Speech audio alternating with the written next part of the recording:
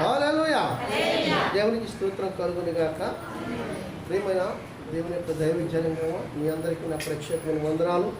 గడిచిన మరి నెలలన్నీ కూడా దేవుడు తన మహాప్రభు బట్టి మనల్ని ఎంతగానో భయంకరమైన పరిస్థితుల్లో నుంచి దేవుడు మనల్ని విడిపించి తన కృప చొప్పున ఈ దినము వల్ల 11 నెలల మొదటి పునరుద్ధాన దినానికి మనల్ని ప్రభువు సిద్ధపరిచి ఆయన శరీరంలో, ఆయన రక్తంలో, లేదా ఆయన రాజ్యంలో, ఆయన ఆత్మలో ఆయన వారసత్వం మనకి ఇవ్వటానికి ఇదిగో ఈ రీతిగా మనందరూ కూడుకోవడానికి ప్రభు ఎంతగానో కృప చూపించారు. దేవునికి స్తోత్రం. హల్లెలూయా. మరొకసారి మీ అందరికీ ఒక ప్రాముఖ్యమైన విషయాన్ని తెలియచేయాలని ఆశపడుతున్నాను. చాలా చోట్ల కరోనా అతి భయంకరంగా ఉంది. ఇది గమనించాలి దయచేసి. తప్పకుండా మీరు ఈజీగా తీసుకోవద్దు. నేను వెళుతున్నాను అనేక ప్రాంతాల్లోకి. వెళుతున్న చోట ప్రార్థన చేస్తున్నాను వెళ్ళి, ఎందుకంటే వాళ్ళు ప్రార్థన చేయించుకుంటున్నారు. హల్లెలూయా. తరుడివయ్యా లేకపోతే ఇంకొకసారి వస్తుందా అనేది, ఎప్పుడు ఇంకా టైం ఉంది, జనవరిలో వస్తుంది, రకరకాల ఎవరి మాట మీరు వినొద్దు దయచేసి.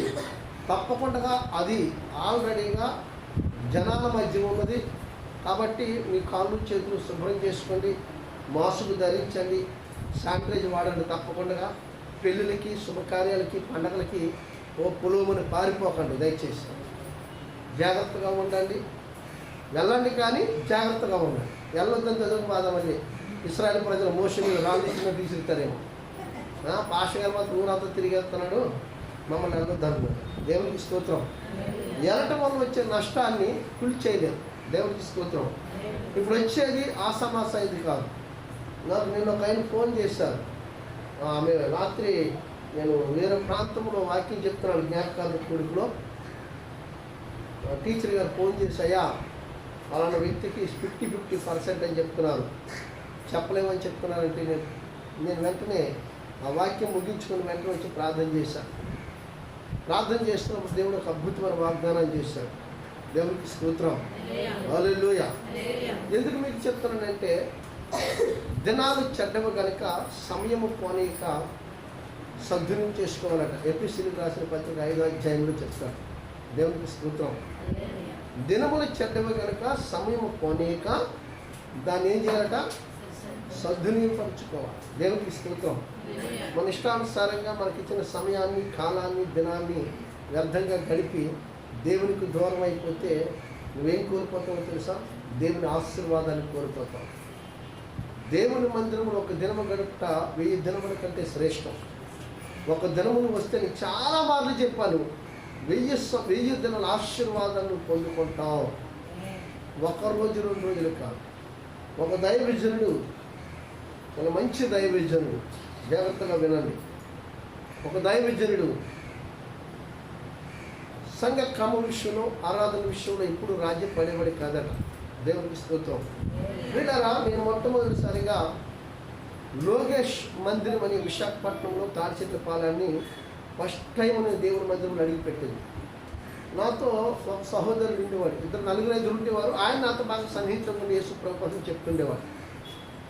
ఆయన తమ్ముడు ఈ వారం ఆదివారం చర్చికి వెళ్దాం, నేను పలానా చర్చికి వెళ్తానంటే, అలా ఎక్కడికి వెళ్దాం అంటే సరే వెళ్దాం. ఎందుకో ఆయనతో పాటు నేను వెళ్ళడం మొట్టమొదటిసారి అడిగిపెట్టా. అక్కడ ఆ పాస్టర్ గారు చెప్పిన దాంట్లో సత్యం అనిపించింది నాకు. ప్రసంగం మధ్యలో అనేక మంది స్త్రీలు, పురుషులు వస్తుంటే వచ్చావా దెయ్యమా అనేవాడు. రాకపోయినా ఊరుకునేవాడు కాదు, మధ్యలో లేటుకు వస్తే ఊరుకునేవాడు కాదు. ఒకవేళ రాకపోతే ఎందుకు రాలేదు అడిగేవాడు. విన్నారా? ఇదంతా ఎవరి గురించి అంటే తన కోసం కాదు, తన కోసం కాదు. మేము అనుకున్నాం, ఏంటి పాస్టర్ గారు ఎలా తిడుతున్నాడు అనుకున్నాం. దేవునికి స్తోత్రం. హల్లెలూయా. దేవుని సమయాన్ని, దేవుని దీవెన, దేవుని ఆశీర్వాదం నేను కన్నా నా బిడ్డలు ఎక్కడ కోల్పోతారని ఆయన వేదన. దేవునికి స్తోత్రం. కానీ ఆ వేదన వీళ్ళకి అర్థమయ్యేది కాదు సంఘ బిడ్డలు. హల్లెలూయా. ఎవరు లేటుకు వచ్చినా సరే ఊరుకునేవాడు కాదు, బయట నిలబెట్టేసేవాడు. మళ్ళీ ఇంటికి పంపించేవాడు కాదు. ఆరాధన అయినంత వరకు బయటే ఉండాలి, లేదా సంఘంలో నిలబెట్టేసేవాడు. చాలా సంఘస్థులు విసిగిపోతున్నారు ఆయన మీద, సంఘం అంతా విసిగిపోతున్నారు. ఒకరోజు ఆ దైవజనుడు వాళ్ళ అమ్మాయి మందిరానికి రాలే. సమయం అవుతుంది, 10 అవుతుంది, 11 అవుతుంది, 12 అవుతుంది, ఆరాధన చివరి ప్రార్థన అయిపోతుంది. చివరిగా ఇంకా ముగింపు అయిపోయింది. ప్రార్థన చేసేసరికి అని సంఘస్థులందరూ ఏదో ఒక రోజు దొరుకుతాడు ఈ సేవకుడు చూస్తున్నారు. దేవునికి స్తోత్రం. హల్లెలూయా. ఇది విశాఖపట్నం కాదండి, వేరే దైవజనుడి గురించి చెప్తున్నాను. హల్లెలూయా. చూస్తున్నారు, వీళ్ళందరికీ బాగా విసిగిపోయి ఉన్నారు.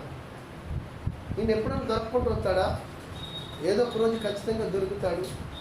ఆ రోజు అడుగుదామని సంఘం అంతా ఒక మాట మీద ఉండి మంచి కక్షతో, కోపంతో, పగతో ఉన్నారు బాగా. ఆ రోజు వచ్చింది, రానయ్య వచ్చింది. ఆశ గారి కూతురు 10 అవుతుంది కదా ఇంకా రాలేదు, 11 అవుతుంది రాలేదు, గంట అవుతుంది అని బాగా వీళ్ళు ఆలోచించుకొని ఒకరినొకరు మంచి ఇదిగా ఉన్నారు. సరే, ఏదేమైనా ఆరాధన అంతా అయిపోయింది, కానీ ఆమె మాత్రం ఆ రోజు రాలేదు. దేవునికి స్తోత్రం. వాళ్ళందరూ కూర్చొని ఆరాధన అయిపోయిన తర్వాత వెళ్ళమంటే వెళ్ళట్లే. వెళ్ళకుండా మీరు ఎందుకు ఉండిపోయారో నాకు తెలుసు అనేసి దైవజనుడు అడిగాడు. వాడు, మీరు ఎందుకున్నారో నాకు తెలుసు, మీరు నన్ను అడగక్కర్లే, ఈరోజు మీ అమ్మ ఎందుకు రాలేదని అడగనక్కున్నారనేసి అని స్పష్టంగా దైవజనుడు వాళ్ళతో మాట్లాడడం జరిగింది. దేవునికి స్తోత్రం. హల్లెలూయా. ప్రియులారా, వాళ్ళందరూ ఏది చెప్తాడో అని ఆలోచనలో పడిపోయారు. కానీ ఒక దైవజనుడు ఆలోచన చాలా ఉన్నతంగా ఉంటుంది, చాలా గొప్పగా ఉంటుంది. ఎందుకంటే దైవజనుడు అంటేనే దేవుడు. దేవునికి స్తోత్రం.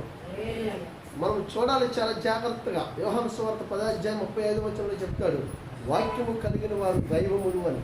దేవునికి స్తోత్రం. ఆదియందు వాక్యమును, వాక్యము దేవుడైనను, దేవుడి వాక్యమై ఉన్నారు. దేవునికి స్తోత్రం. ఎవరైతే దేవుని వాక్యముని కలిగి ఉంటారో దైవ సేవకులు, మీరు ఇలా చెప్పగల ఇట్టే తీస్తారు వాక్యాన్ని. ఎందుకంటే దేవుడితో బాగా సన్నిహితంగాను, ఆధ్యాత్మికంగాను, ఆత్మీయంగాను ఆయన బలిపెట్ట మీద పీనిగా అయిపోతారు. ఈ బలిపెట్ట మీద పీనిగా మార్చబడతారు, ధూపం వేయబడతారు. మరి కట్టంతా సగం కాలని కట్టుబడి ఉండడానికి ఇష్టపడరు.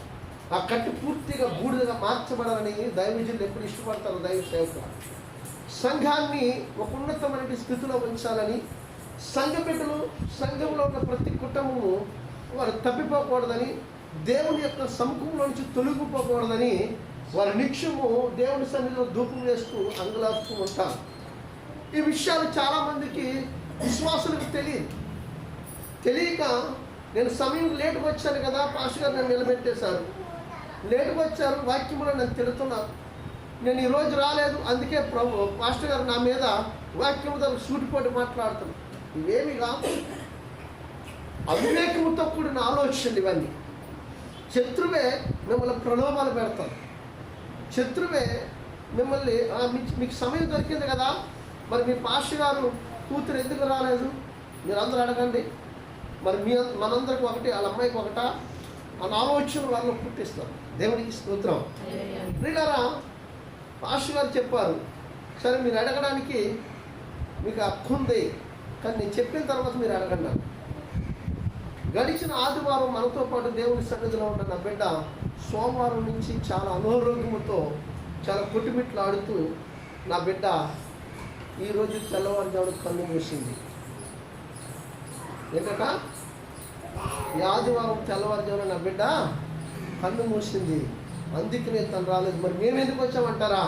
ఇదిగో ఎంతమంది నా బిడ్డలు 1000 దినాల ఆశీర్వాదం కోల్పోతున్న ఉద్దేశంతో నా దేవుని పని ఆగకూడదు, నా బిడ్డల ఆశీర్వాదం ఆగిపోకూడదు, నా బిడ్డల యొక్క దీవెన కోల్పోకూడదు, నా బిడ్డలందరూ కూడా సంతోషంగా ఆనందకరంగా దైవ ఆశీర్వాదాలతో దేవుని సముఖంలో ఉండాలని మేమిద్దరిని వచ్చాం.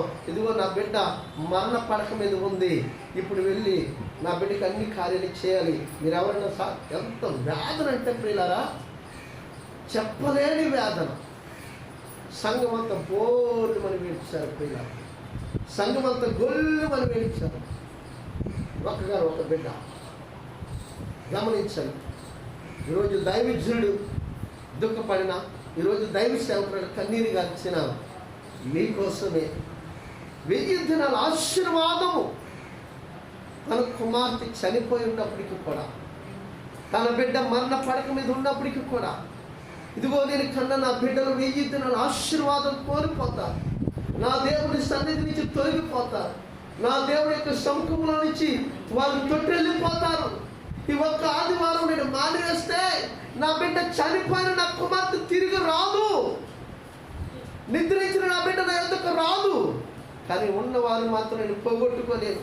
ఉన్నవారి ఆశీర్వాదాన్ని నా బిడ్డతో నేను దొంగిలించలేను అని ఎంతో వేదనతో ఆయన చెప్తున్నప్పుడు సంఘం గొల్లుమని ఎంతగానో పిల్లలు రేపించారు. ప్రియ గమనించండి, భయంకరమైన దినాల్లో మనం ఉన్నాం, అపాయకరమైన కాలాల్లో మనం ఉన్నాం.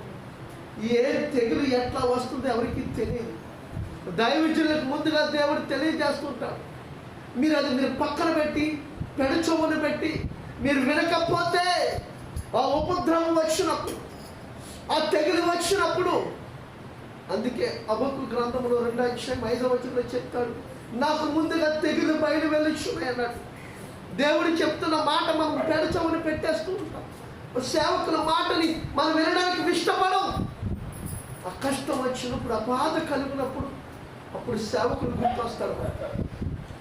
గమనించండి, ఒక దైవజనుడు ఎప్పుడు కూడా సంఘములో ప్రతి బిడ్డ కోసం తన సమయం ఎంత హెచ్చించాలో అన్న పానముల మానివేసి ఆ కుటుంబం కొరకు, ఆ సంఘం కొరకు అంగలాస్తూ ఉంటాడు. మీకు తెలియదు. గమనించండి ప్రియులారా, ఈ సమయంలో జాగ్రత్త కలిగి ఉండాలి. జాగ్రత్తగా మీరు జాగ్రత్త కలిగి దేవుని సన్నిధిని విడవక ప్రతి పునరుద్ధాన దినము కూడా దేవుని సన్నిధికి రండి, దేవుని సముఖంలోకి రండి. దేవుడికి 6 దినాలు ఇచ్చాడు కదా, ఈ 6 దినాలు మీరు ఎక్కడికి వెళ్ళారు, ఏం చేస్తున్నారు? దైవజనుడు అడగరు, దేవుడు అడగరు. 7వ దినం మాత్రం ఖచ్చితంగా దేవుని సన్నిధికి రండి. దేవుడిచ్చిన ఆశీర్వాదం 1000 దినాల దీవుని తీసుకున్నకు రండి. ఈ 1000 దినాలు ఏంటో తెలుసా మీకు?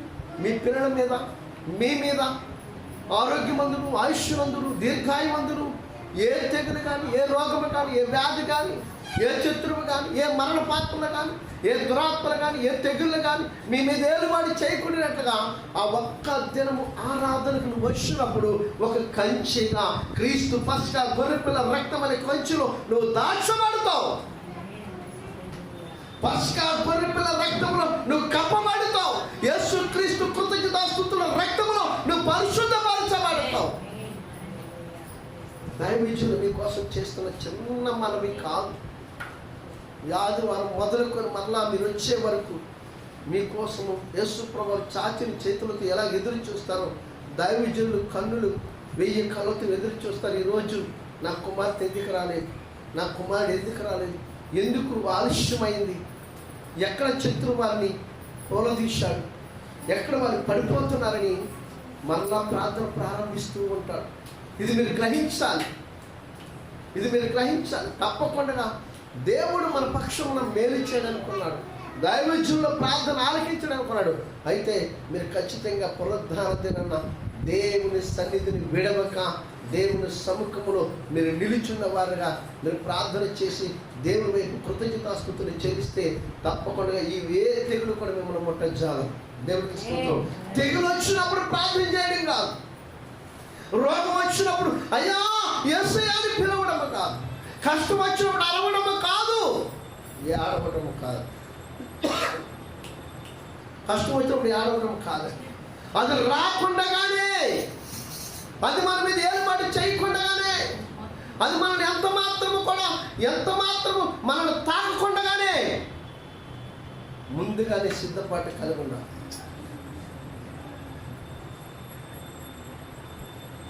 దేవునికి స్తోత్రం. మనం సిద్ధపాటు కలిగి ఉండాలి. సిద్ధపాటు లేకపోతే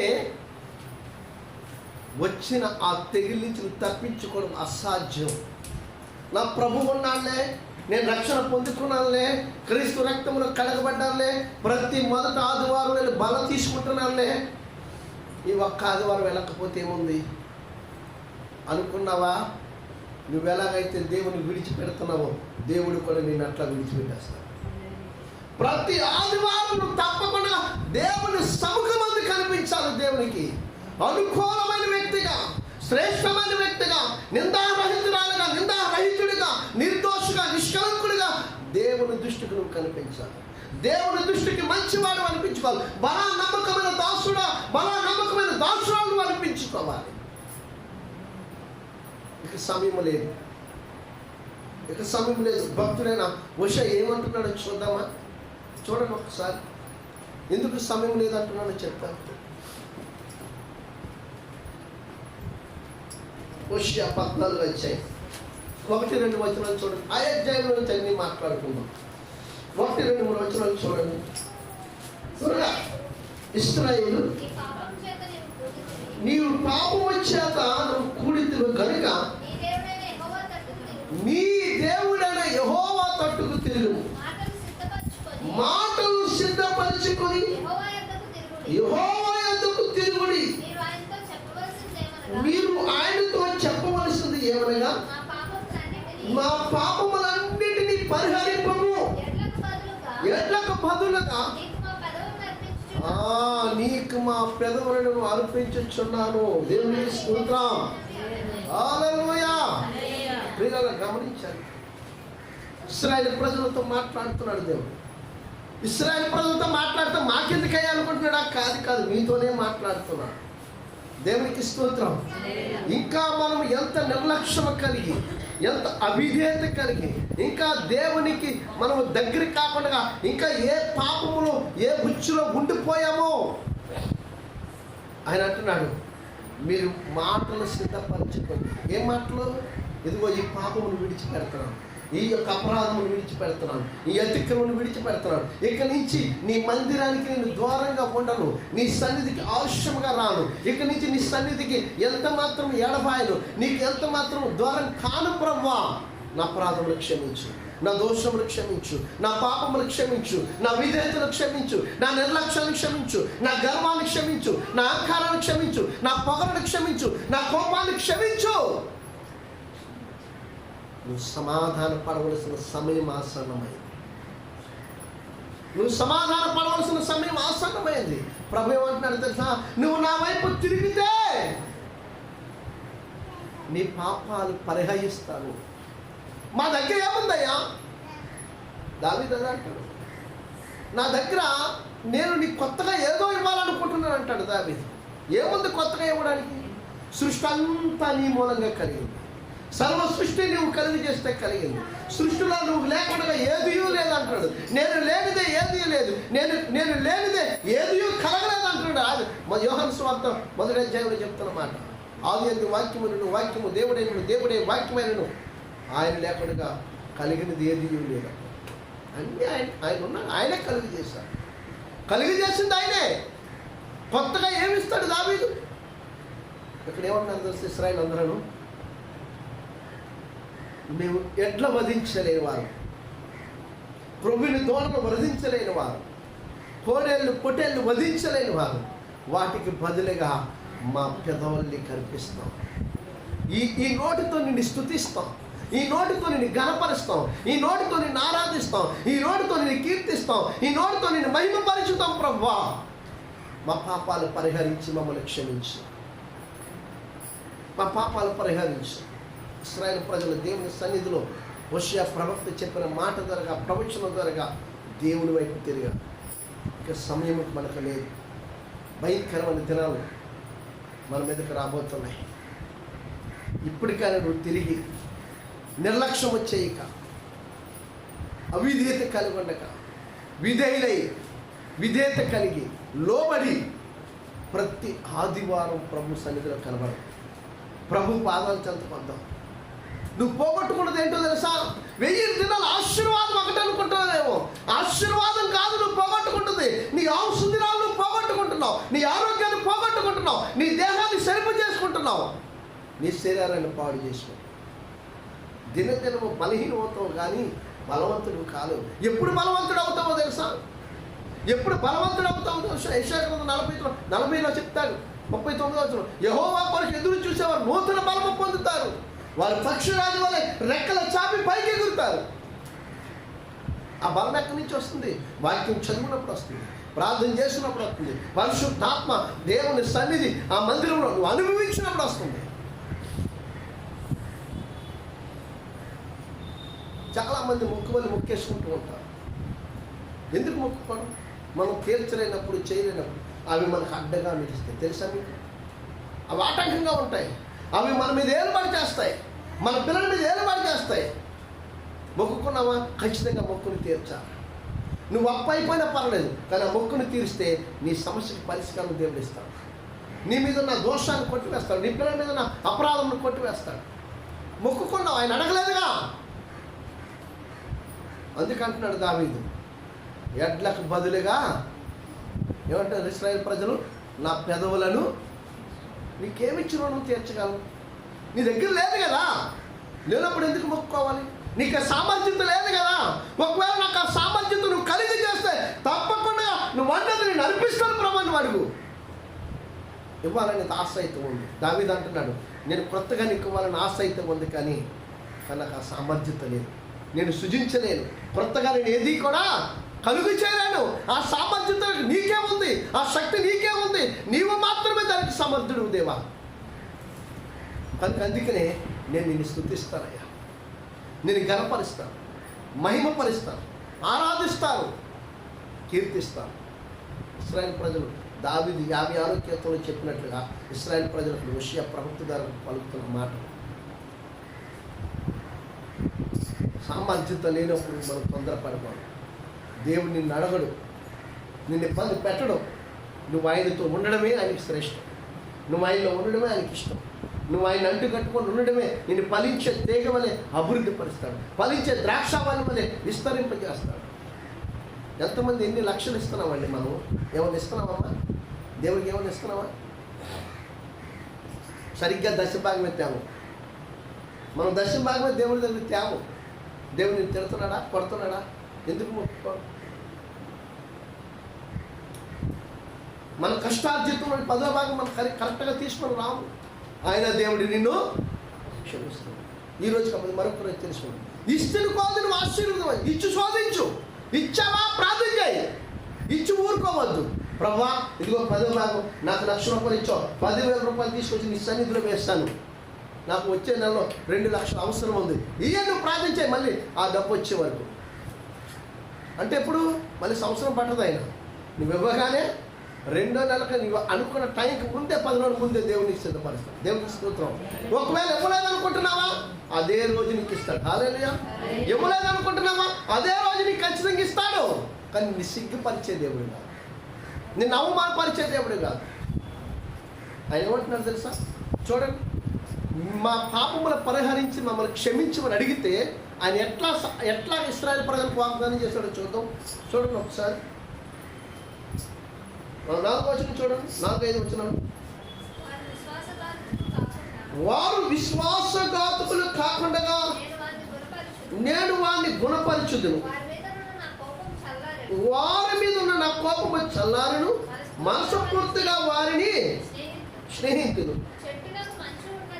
చెట్టు నాకు మంచు ఉన్నట్లు నేను అతనికి కుందును, తామర పుష్పం పెరిగినట్లు అతను అభివృద్ధి నొందును.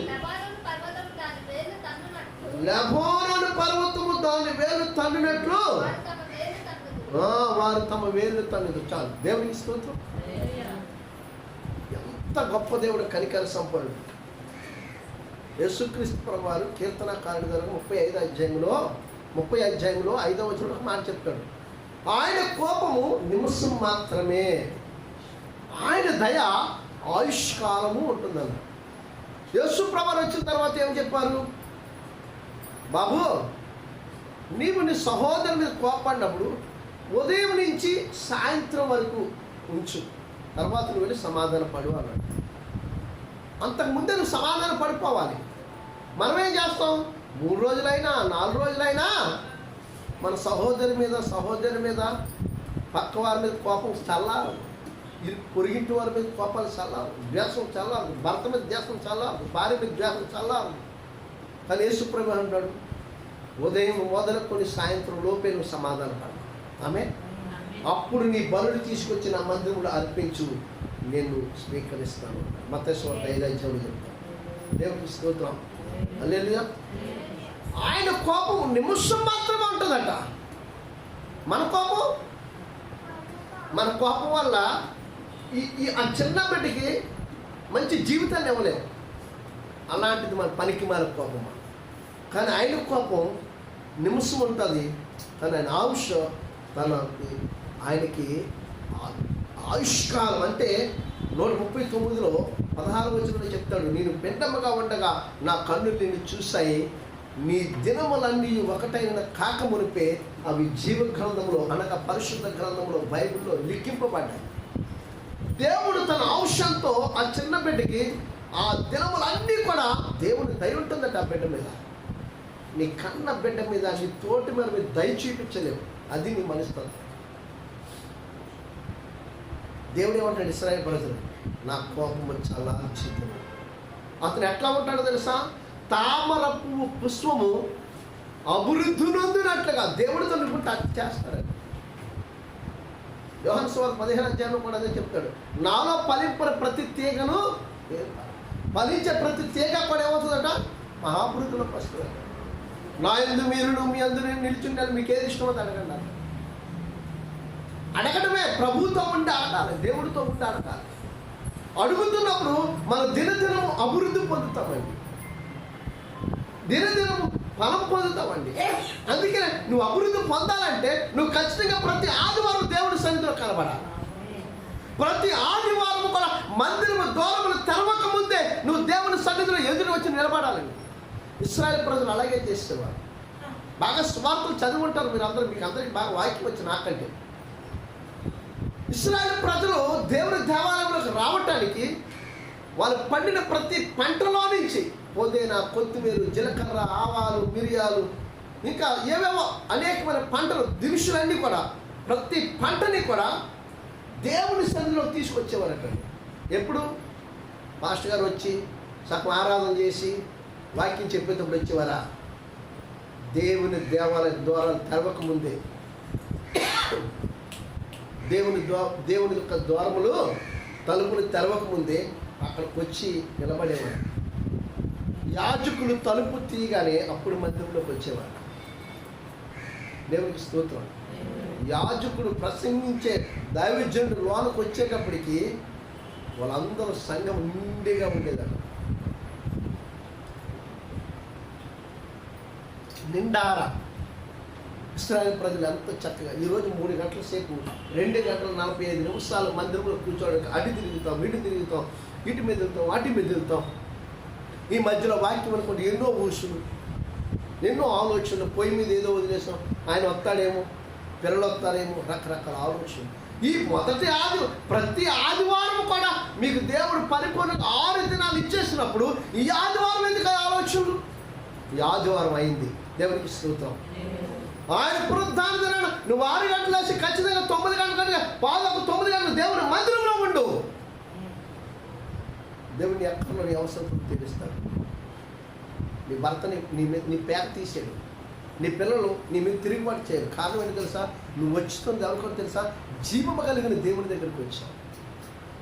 ఆ దేవుడు ఏం చేస్తాడు తెలుసా? నీ బిడ్డలతో మాట్లాడు. ఇక్కడ నీతో మాట్లాడుతుంటే అక్కడ ఆయన మాట్లాడుతుంటాడు నీ భర్తతో, నీ పిల్లలతో. నువ్వు వెళ్ళగానే నీతో సమాధానంగా ఉంటావు. ఇవాళ ఎందుకు రాలేదు అమ్మ, వచ్చి వాళ్ళు మేము వస్తామమ్మా, వాళ్ళతో వాళ్ళు ఒప్పుకుంటారండి. మనకు లేకుండా వారికి ఎట్లా వస్తుంది? 6 దినాలు నువ్వు ఎట్లాగనుకుంటా. ఆ దైవజుడు అదే చేస్తాడు. ఆ దైవజుడు సంఘానికి అందరికీ కూడా చెడ్డగా కనిపించవచ్చు. సంఘం అంతా కూడా ఆయన మీద ఉరుములు మెరుపులు మెండించవచ్చు. కానీ సంఘం అంతా ఆయన ఏదో చేశారు, ఏదో అనుకున్నారు. కానీ ఆయన గొప్పతనాన్ని తర్వాత తెలిసింది. నీకోసం, సంఘం కోసం ఆయన ఎంత ప్రయాసపడ్డాడు. తన కుమార్తె సావు మరణ పడక మీద ఉన్నప్పటికి కూడా ఆరాధన, పునరుద్ధాన దినం ఆరాధన విడిచిపెట్టేది. నీకు అవకాశం వస్తే ఇలాంటి ఆదివారాలు ఎన్నో విడిచిపెట్టేస్తాను. ఆ దైవజనుడు కుమార్తె చనిపోతే ఆ తలుపు వేసి ఆ పడక మీద విడిచిపెట్టేసి ఒక దుప్పటి కప్పేసి వచ్చేసి దేవుని మందిరం ద్వారాలు తెరిచి ఆలయంలో ఆరాధన జరిగించారండి. వాళ్ళ మనం గొప్పవారు. ఇంకా దైవజనుని అడగాలని, ఆయన ఏదో కడిగేయాలని, ఆయన మీద ఏదో ఉరుములు మెరుపులు మెండుగా అరవాలని చూశారు. అని అక్కడ జరిగిన సిచ్యువేషన్ చూశారుగా. ఆయన ఏమనుకున్నాడు? చనిపోయిన నా కుమార్తె రాదు, బ్రతికి రాదు.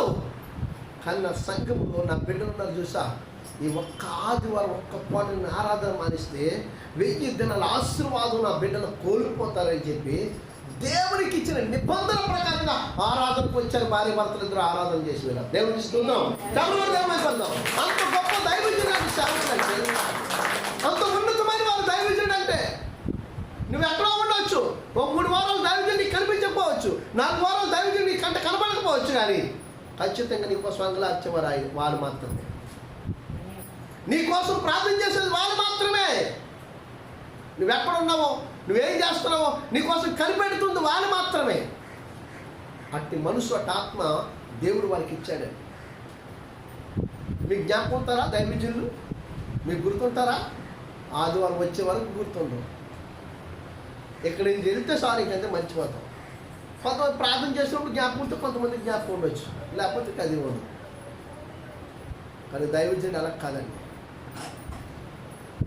మీరు శ్రేష్టమైనటువంటి తామరపు పుష్పము అభివృద్ధి నొందినట్లుగా అట్టి ఆశీర్వాదం పొందే వరకు కూడా మీకోసం ప్రార్థన చేస్తూనే ఉంటాడు. చూడండి ఒక మాట,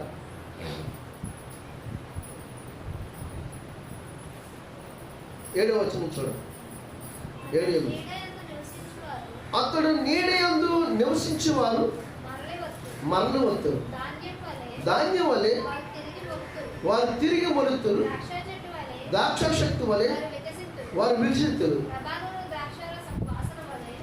లెబానోను ద్రాక్షరసం వాసన వలె వారు పరిమళిద్దురు. ఎఫ్రాయిము బొమ్మలతో నాకు నిమిత్తమేమి, నేనే ఆలకించుచున్నాను, నేనే ఎఫ్రాయిము గురించి విచారణ చేయించున్నాను, నేను చిగురు పెట్టు సరళ వృక్షం వంటి వాడిని, నా వలన నీకు ఫలము కలుగును. హల్లెలూయా. చెప్పండి, ఎవరి వల్ల ఫలం వస్తుంది? ఎవరి వల్ల ఫలం వస్తుందండి? తెలుసా ఎవరి వల్ల ఫలం వస్తుందో? నువ్వు దేవునితో గడిపితే, దేవుని సన్నిధిలో నువ్వు నిత్యము నిలిస్తే, ప్రతి పునరుద్ధాన దినము దేవుని సముఖంలో నువ్వు ఉండగలిగితే ఆ ఫలాన్ని నువ్వు చూస్తావు. ఆయన నిన్ను సిగురింపజేస్తాడు, నిన్ను వర్ధిలింపజేస్తాడు, నిన్ను స్థిరపరుస్తాడు, నిన్ను అభివృద్ధి పరుస్తాడండి. ఆయన నిన్ను విడిచిపెట్టాడు. సేవకుడు నోటి నుంచి వచ్చే ప్రతి మాట దేవుడు దాన్ని రూఢీపరుస్తాడు, దాన్ని పరిపూర్ణంగా నెరవేరుస్తాడు, సంపూర్ణంగా అది స్థిరపరుస్తాడు, తప్పకుండా అది జరిగించి తీరుతాడు. దేవునికి స్తోత్రం. హల్లెలూయా. ప్రియులారా, ఇశ్రాయేలు ప్రజలు హోషేయ ప్రవక్త చెప్పిన దేవుని యొక్క ప్రవచనాన్ని వారు అంగీకరించారండి. వారు విని దేవుని వైపు తిరిగారు, దేవుని సన్నిధిలో పశ్చాత్తాపడ్డారు. విడవక దేవుని మందిరము, విడవక దేవుని సన్నిధిలో గడిపారండి. వారు పునరుద్ధాన దినమని అందరికీ తెలుసు, మనం లెక్క పెట్టుకోవడానికి ఉన్నారు. ఎంత నిర్లక్ష్యం చూడండి. ఈరోజు నీకు ఆశీర్వాదం ఎట్లా వస్తుంది? నీ తల మీదకి, నీ కుటుంబం మీదకి, నీ ఇంటి మీదకి, నీ బిడ్డల మీదకి ఎట్లా వస్తుందండి దీవెన? దేవుడు నన్ను దీవించలేదని ఎలా మాట్లాడేస్తావు? నాలుగు దుమ్ము లేదనా? నీ నోటి మాట రాక మునిపే నువ్వేం మాట్లాడతావు నా పరమ తండ్రికి తెలుసు. నీ తలంపు పుట్టక మునిపే నా పరలోకమందున మన దేవుడికి తెలుసు. ప్రతి మాటకి, ప్రతి దానికి నీవే కారణం. దేవుడిగా దేవుడికి స్తోత్రం. ప్రతి దానికి నీవే కారణం. ఈరోజు నువ్వు ఆశీర్వాదం పొంది కోల్పోయావంటే కారణం ఎవరు? కారణం ఎవరు? నువ్వు వస్తే దీవిస్తానంట. అవునండి, నువ్వు వస్తే. రాకుండా దేవుడు దీవించలేదంటే ఎట్లా అండి? రాకుండా దేవుడు ఆశీర్వదించట్లేదంటే ఎట్లా? ఒక్క దినములు వస్తే 1000 దినాలు నువ్వు పొందుకుంటావని చెప్తున్నాడు ఆశీర్వాదం. ఆ ఒక్క దినం మానేస్తే ఇంకా 990 దినాలు నాకు వచ్చేస్తాయి అనుకుంటున్నావా? 1000 సంవత్సరాల ఆశీర్వాదాలు కోల్పోతాం. అది మీకు ఎందుకు చెప్పలేదు తెలుసా? ఈ 1000 దినాల ఆశీర్వాదం కోసమే రావట్లేదు మీరు. ఈరోజు మన జీవితాలు, మన బ్రతుకులు ఎట్లా ఉండవండి. దేవుని సన్నిధిని విడవక నువ్వు ఎప్పుడైతే దేవుని సన్నిధిలో గడుపుతావో దినదినము తామర పుష్పం ఎలాగ అభివృద్ధి పొందుతో ఆ రీతిగా దేవుడిని ఫలింపజేస్తానని వాగ్దానం చేస్తున్నాను. మీరు ఎందుకు నమ్మరు వాగ్దానాన్ని? ఆయన వాక్యమే కదా. ఉదయ్ కుమార్ గారు ఏమైనా కొత్తగా రాసి అందులో పెట్టాడా? మిమ్మల్ని మెప్పించలేం కదండి. మనుషులు ఎవరు మెప్పించలేరుగా? మెప్పించగలరమ్మా? మెప్పించలేరు. దేవుని వాక్యం నిరార్థకము కాదు, ప్రవచనము నిరార్థకము కాదు, అది తప్పక జరుగు తీరుతుంది. నమ్మి నువ్వు స్తుతించు. నమ్మి దేవుని సన్నిధిలో దేవుని సముఖంలో ప్రభువుని ఆరాధించు. తప్పకుండా కార్యం చేస్తాం.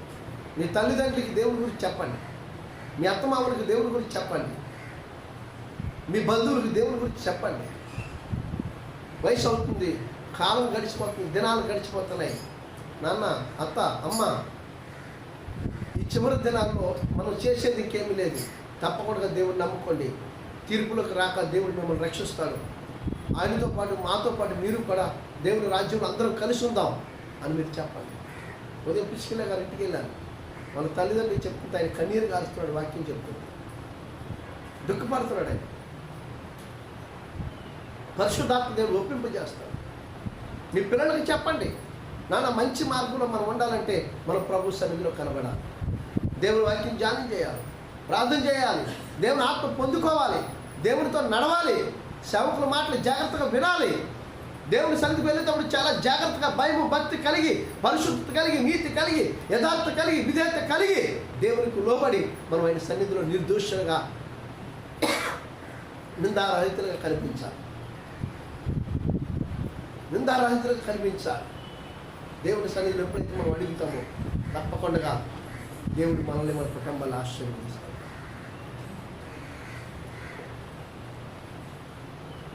తప్పనిసరిగా దేవుడు దీవిస్తాడు. ఈరోజు దీవుని రాలేదు మన ఇంటి మీద కంటే, మన బిడ్డ మీదకి ఆశీర్వాదం రాలేదంటే, నీ భర్త మీదకి, నీ భార్య మీదకి ఆశీర్వాదం రాలేదంటే కారణం ఎవరు? దానికి కారణం మీరే,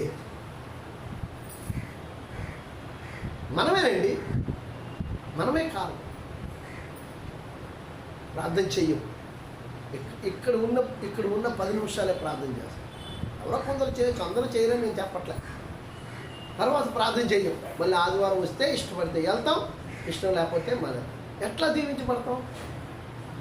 ఏ రీతిగా ఆశీర్వదించబడతాం?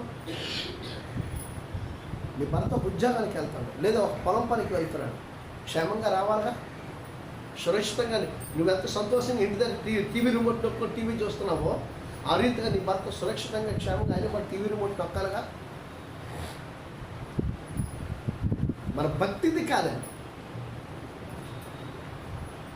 భర్త పనికి వెళ్ళగానే మోకరించి పనులన్నీ చక్కదిద్దుకొని కనీసం రోజుకి ఉదయం సమయంలో అరగంట గంట సేపు ప్రార్థన చేయగలుగుతాం. ఒక 15 నిమిషాలు వాక్యం చదువుకోగలుగుతాం చదువుకున్న వాళ్ళైతే. లేకపోతే ప్రార్థన చేయి, లేకపోతే ఎవరో పక్క వాళ్ళు పిలిచి వాక్యం చదివించుకొని ఆ వాక్యం బట్టి ప్రార్థన చేయి.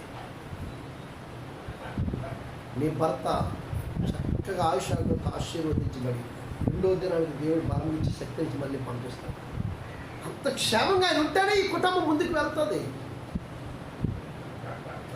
ఆ యజమానుడు అంత సురక్షితంగా ఉంటేనే కుటుంబం ముందుకు వెళ్తుంది.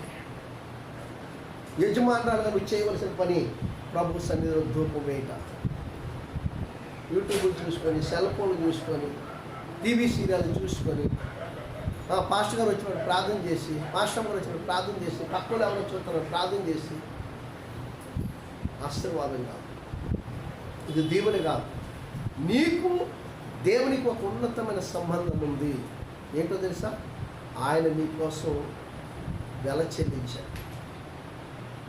ఇవేమి ఇవ్వలేదు ఆయనకి. ఈ విధంగానే సరే ఆయనకి స్తుతులు అర్పించు. నువ్వేమి కొబ్బరికాయలు అరటిపళ్ళు ఊరుతున్నాయి వెలిగించక్కర్లేదు, నువ్వేమి తేవక్కర్లేదు ఆయన దగ్గరికి. ఆయనకి రావాల్సింది ఆ యొక్క నీ పెదవుల ద్వారా వస్తే స్తుతులు మా దగ్గర ఉన్నాయని చెప్తారు ఇశ్రాయేలు ప్రజలు. అదేనా చెప్పారు? అదేనమ్మా చెప్పారు. అమ్మ ఎక్కడ ఉన్నారు అందరూ? అదేనా చెప్పారు. ఎడ్లకు బదులుగా మా పెదవులు స్తుతించండి. ఇంట్లో మీ పిల్లల కోసం, మీ పిల్లలకు మంచి భవిష్యత్తుని ఇవ్వండి. వారి భవిష్యత్తును ఆశీర్వాదకరంగా ఉన్నట్లుగా ప్రార్థన చేయండి. మీ భర్తలు చక్కగా ఆరోగ్యవంతులుగా ఉన్నట్లుగా యజమానుడు అయినా కాబట్టి ప్రభు ఆయన క్షేమాభివృద్ధి కలిగించేయండి. మీ పిల్లలకి మీ భర్త కోసం మీరు ప్రార్థన చేస్తే వాళ్ళ ఆశీర్వాదం పడి మీరే పొందుతారు. దేవునికి స్తోత్రం. ఒక దైవజనుడు, మీరు గతంలో ఎప్పుడో చెప్పాను, ఒక దైవజనుడు గొప్ప చక్క మంచి మీటింగ్లకి వెళ్ళేవాడట. చిన్న మాట చెప్పి నేను ముగించాను. చక్కని మీటింగ్లకి వెళ్ళేవాడట. వాక్యం చెప్పేవాడటండి. తప్పకుండా వాక్యం చెప్తే మారు మనసు రావలసిందే, తప్పనిసరిగా వాళ్ళ బాప్తిసం పొందవలసిందే. అంత గొప్ప దైవజనుడు. దేవునికి స్తోత్రం. ఉన్నతమైన సేవకుడు. మీకు అర్థం కావాలని చెప్తున్నాను. ఒక 10 నిమిషాలు నేను ముగించేశాను. ఉన్నతమైన దైవజనుడు. ఆయన దగ్గర ఒక డ్రైవర్ ఉన్నారట. మరి పీటర్ లాగా నాకు ఒక డ్రైవర్ పీటర్ అనుకోండి. నేను వాక్యం చెప్పేవాడిని, వెళ్ళి పీటర్ తీసుకెళ్ళేవాడిని. వాక్యము చెప్పేసి వచ్చేసి మళ్ళీ పీటర్ నన్ను ఇంటికి తీసుకొచ్చేసేవాడు. శుభ్రంగా పడుకునేవాడిని, ఆయన డ్రైవింగ్ చేస్తూ ఉండేవాడు.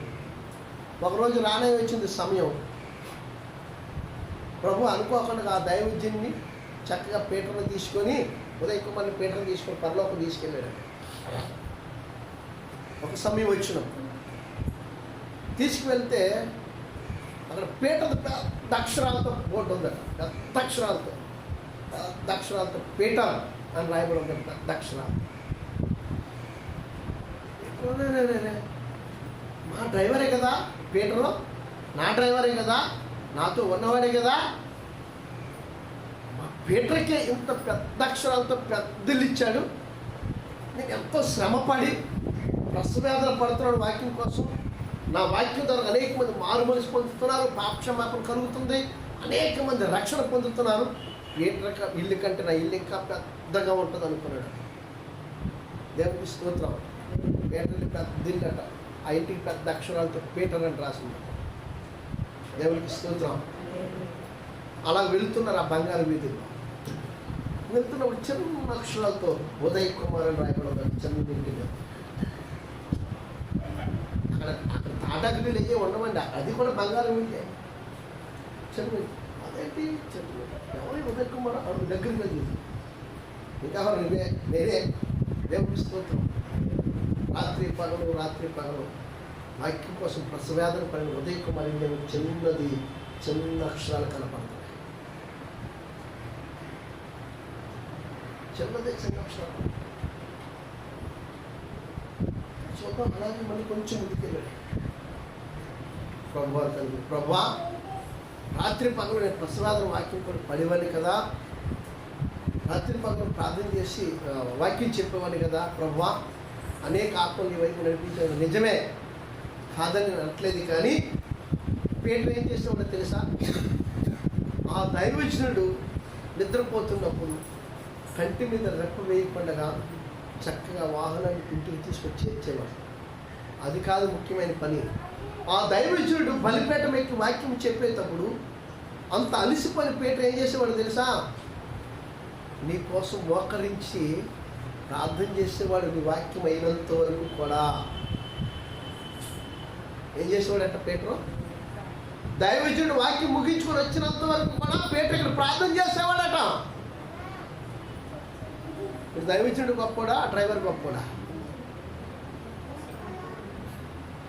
దేవునికి స్తోత్రం.